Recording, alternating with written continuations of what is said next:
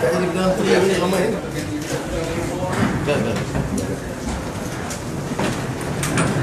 Tarik. Bismillah. Siap kan?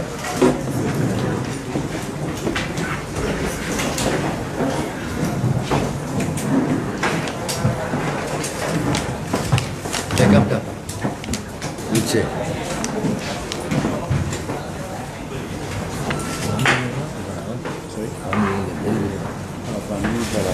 Kami pergi sana. Mereka lewat. Okey ya, ready.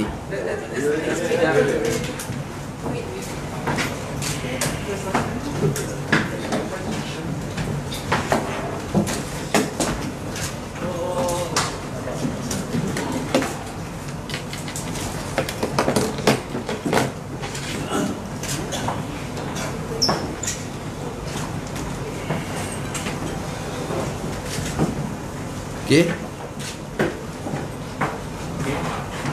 Assalamualaikum warahmatullahi wabarakatuh. Salam sejahtera. Saya nak sampaikan beberapa pandangan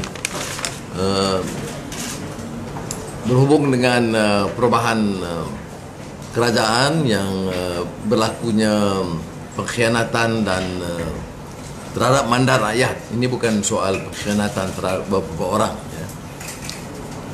Kita melihat kerajaan sekarang ini sebagai pasukan individu dan parti yang telah berjaya menguasai kerajaan dengan mengenepikan mandat rakyat yang sah yang dipilih dalam pilihan raya 2018. Mandat rakyat itu terikat dengan beberapa perjanjian sama ada pimpinan, peralihan kuasa dan yang lebih utama agenda reformasi dan manifesto. Kerajaan sekarang belum mengemukakan apa-apa pandangan yang jelas mengenai langkah menyelesaikan atau menangani kemelut yang berlaku. Oleh demikian, kita akan terus memainkan peranan kita, keadilan dan juga Pakatan Harapan. Dan saya berkesempatan berbincang panjang tadi dengan rakan-rakan Guan Eng dan pimpinan DAP dan Mat Sabu, pimpinan amanah di pejabat saya, untuk menjelaskan bahawa kita tetap terikat dengan janji kita kepada rakyat. Siapa yang memungkiri janji dan mengkhianati tidak dianggap telus dan jujur dalam perjuangan. Maknanya kita bersedia dalam apa sahaja kemungkinan, di kalangan rakyat, di parlimen, atau menghadapi pilihan raya akan datang. Tetapi suatu prinsip yang kita harus pegang, kita tidak boleh gadai prinsip kita. Saya sendiri ditegur kerana masih pertahankan pandangan selain pertahankan prinsip perlembagaan tentang Islam, tentang bahasa Melayu, tentang keistimewaan dan kedaulatan Raja-Raja Melayu. Tetapi saya tidak akan berganjak dari pendirian saya bahawa negara ini akan selamat dan tetap harus tuntas dan tegas, terutama dalam keadilan, untuk berjuang dan membela nasib orang-orang Melayu dan semua rakyat Malaysia. Dan kita sebagai parti tetap pertahan dasar Islam dan bangsa Melayu dan merangkul semua kaum Cina, India, Iban, Kadazan dan suku-suku kaum lainnya. Dan ini saya harap jelas, walaupun ia bermakna mengorbankan kedudukan dan tidak menjadi Perdana Menteri seperti mana yang diwar-warkan sekian lama, saya tidak rasa gundah kerana saya rasa dalam perjuangan politik ini etika dan moral mengatasi dan bukan pengkhianatan. Yang kedua yang saya rasa penting kita kenal pasti ialah kedudukan ekonomi, pasaran saham yang merudum, harga minyak yang terus turun dan kedudukan ekonomi yang tidak muncul berkembang.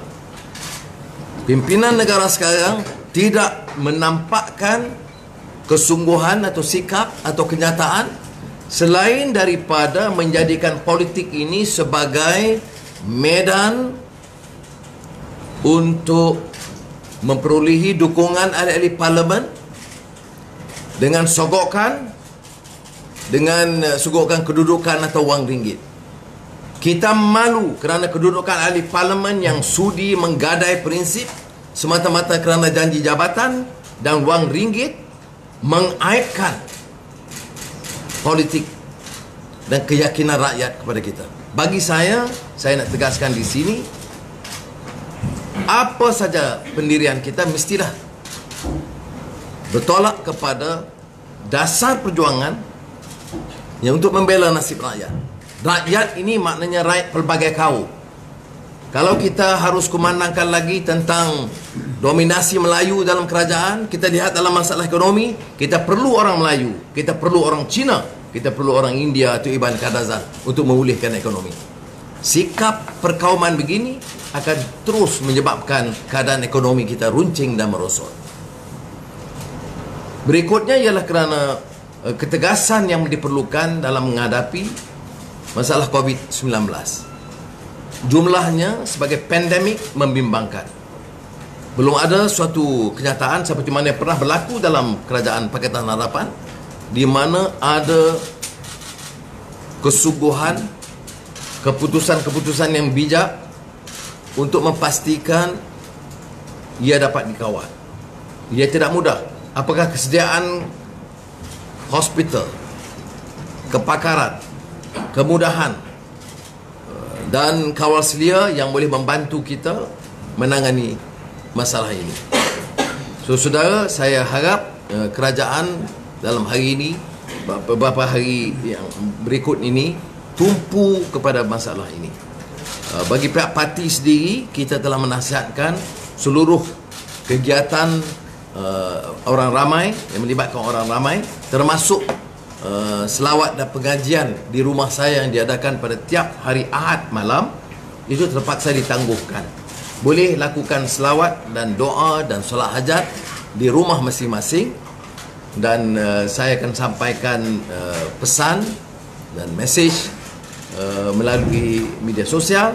Tetapi kumpulan ramai ini mungkin dibimbangi akan menjejaskan keselamatan dan kesihatan rakyat. Jadi dengan penuh tawaduk, rendah diri, saya ingin nyatakan kepada saudara bahawa parti dan pimpinan parti tetap dengan pendirian untuk menjadikan ini sebagai wadah memperjuangkan keadilan bagi semua rakyat di negara kita.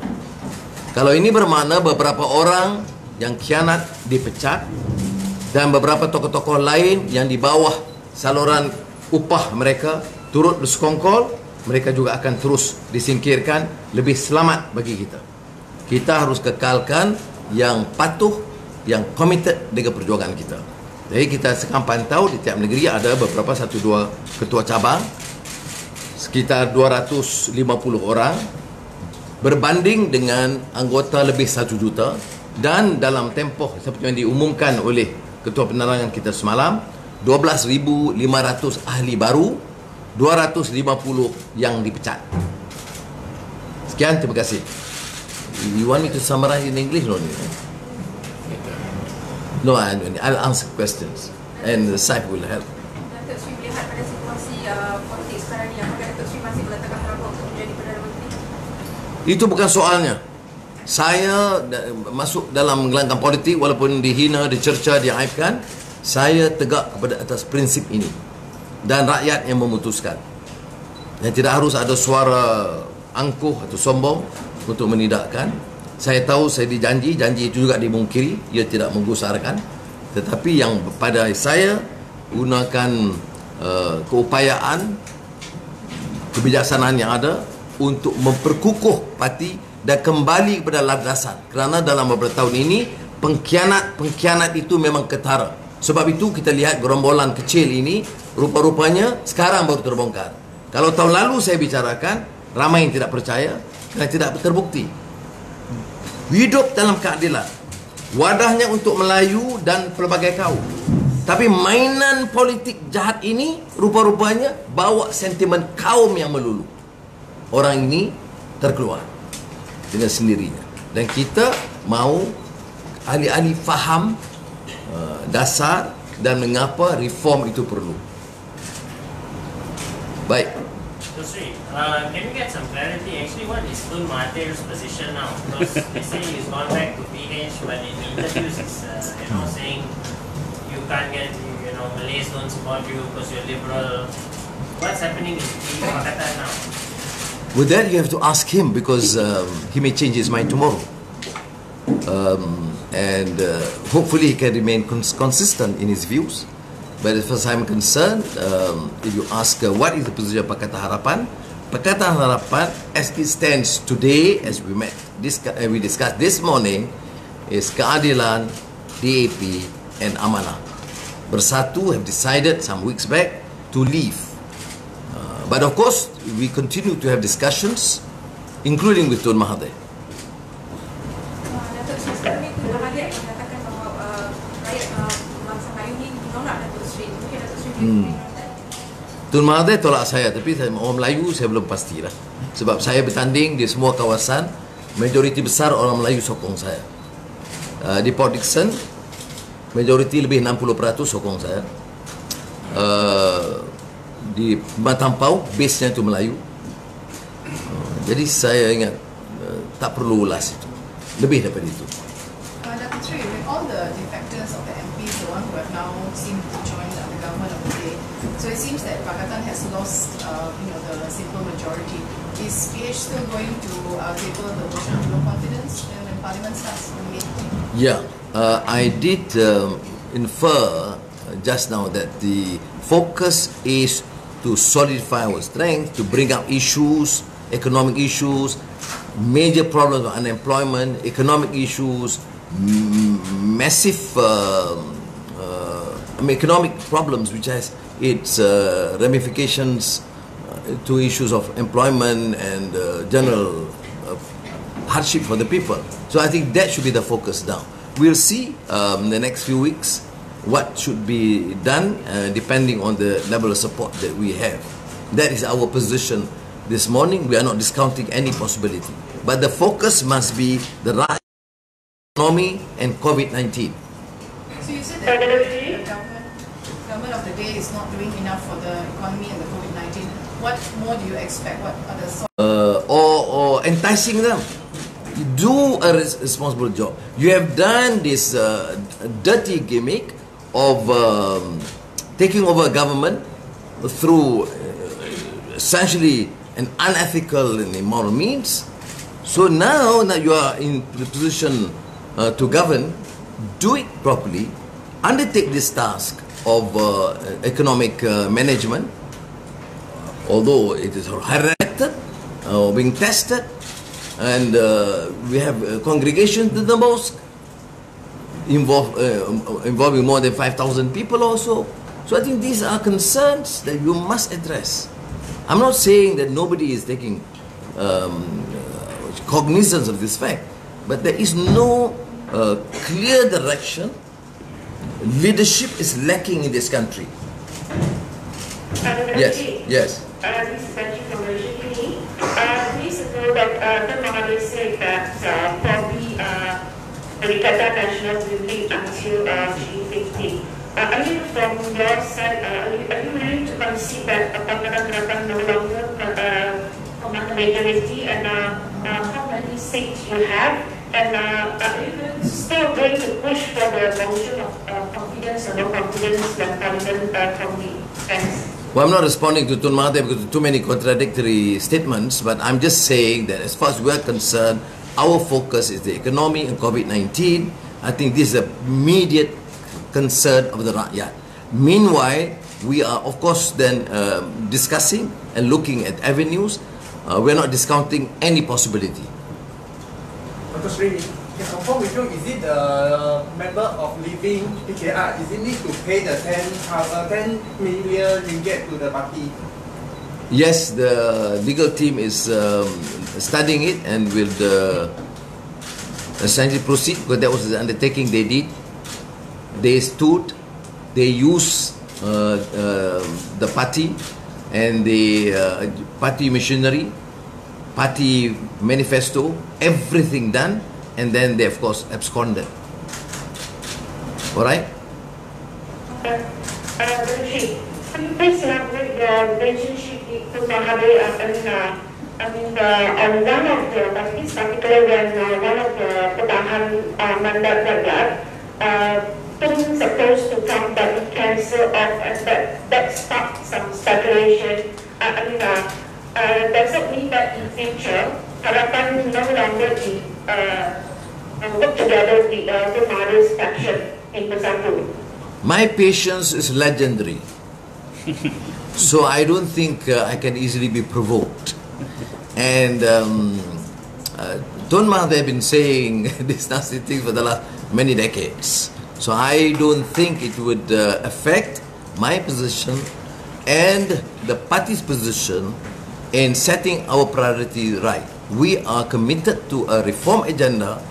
Our focus is the rakyat, and I'm not discounting any sort of a relationship or contact with anyone, including Tun. Baik? Maknanya saya tahu, saudara-saudara tahu kesabaran saya itu tahap dewa. Orang kecam maki hamun saya itu dah lama. Jadi saya tidak mahu diheret untuk diundang menjawab satu persatu. Membadai saya sebut di sini bahawa keutamaan kita dalam keadilan ialah mengembalikan landasan ini kepada perjuangan menegak keadilan dan menjaga kepentingan rakyat yang sekarang mengalami kesusahan. Berapa ramai, ribuan dibuang kerja, kilang ditutup, perniagaan ditutup, ya? Dan kita tak boleh umpamanya main politik untuk cuba beli orang, cuba ugut orang, cuba pelawar orang dengan jawatan, dan di kalangan dia dan rakyat diabaikan. Jadi bagi saya, untuk bincang dengan sesiapa juga dengan Tun Mahathir tidak ada masalah sama sekali. Siapa dia? Okey? Oh, ya. Yes.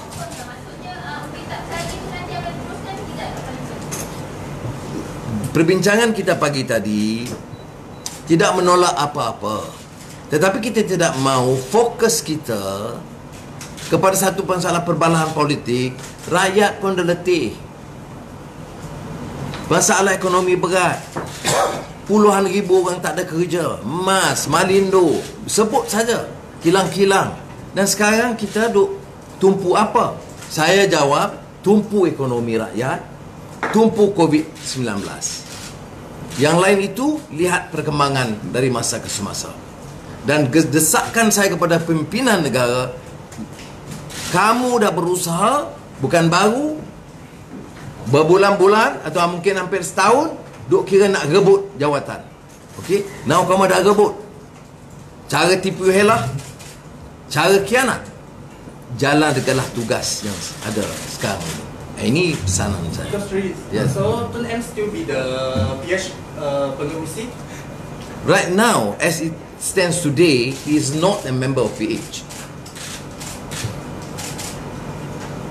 But we are open to negotiations, as I think he has also invited some of us to see him today. I have this session. It's your fault, so I have to be here. Okay? Terima kasih banyak. Thank you.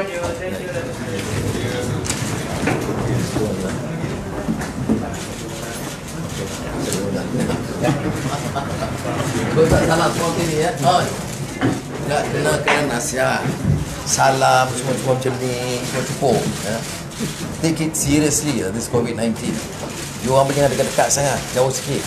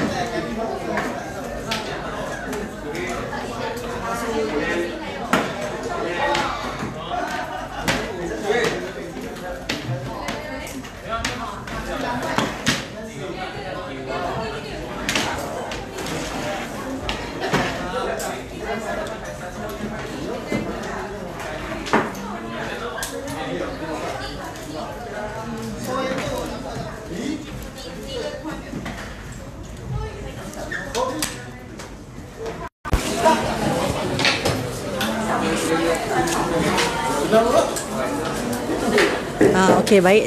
Terima kasih kerana masih menonton MGTV Live. Sekarang saya berada di Ibu Pejabat PKR di Tropicana Damansara. Okey, sebentar tadi baru saja tamat sidang media oleh Datuk Seri Anwar Ibrahim dan juga Presiden PKR. Antara lain yang turut hadir pada sidang media ini adalah MP Kapa Datuk Abdullah Sani Abdul Hamid, Naib Presiden PKR Zainbia Jayakumar serta Datuk Johari Abdul. Nanti kepada sesiapa yang terlepas saya punya live nanti, bila saya dah end nanti, jangan boleh tonton semula daripada awal saya punya live tadi ni. Okey, kalau untuk berita penuh pula boleh layari www.malaysiagazette.com dan juga boleh follow kami di YouTube Malaysia Gazette. So antara banyak tadi sebenarnya Datuk Seri Anwar cakap mengenai rangkuman pelbagai isu dan ada juga menjawab pertanyaan soalan-soalan para media, tapi antaranya ketika disoal mengenai isu undi tidak percaya, jawapan Datuk Seri Anwar ringkas. Beliau berkata beliau tidak mahu fokus kepada perbalahan politik kerana rakyat sudah letih dengan semua itu. Sepatutnya sekarang adalah masa untuk menumpukan kepada ekonomi rakyat dan juga pandemik COVID-19 yang semakin membimbangkan. Okey, untuk berita penuh jangan lupa baca di website Malaysia Gazette. Okey, saya rasa ini sahaja daripada saya di HQ PKR Tropicana Damansara, dan kepada mereka yang terlepas untuk menyaksikan live saya ini boleh tonton daripada awal. Terima kasih semua dan jangan lupa turn on notification Facebook anda jika kami ada live atau sebarang perkembangan hari ini. Kita akan live lagi sekali dan terima kasih kerana terus menyokong Malaysia Gazette. Assalamualaikum dan selamat petang.